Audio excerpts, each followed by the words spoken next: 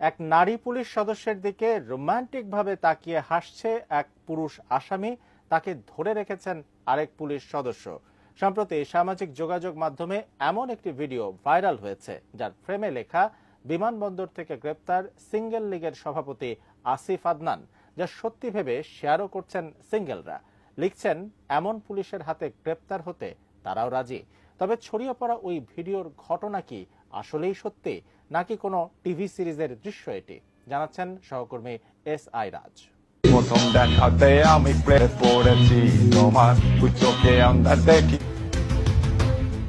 সম্প্রতি সামাজিক যোগাযোগ মাধ্যমে নারী পুলিশের দিকে তাকিয়ে আসামির হাসির একটি ভিডিও ভাইরাল হয়েছে।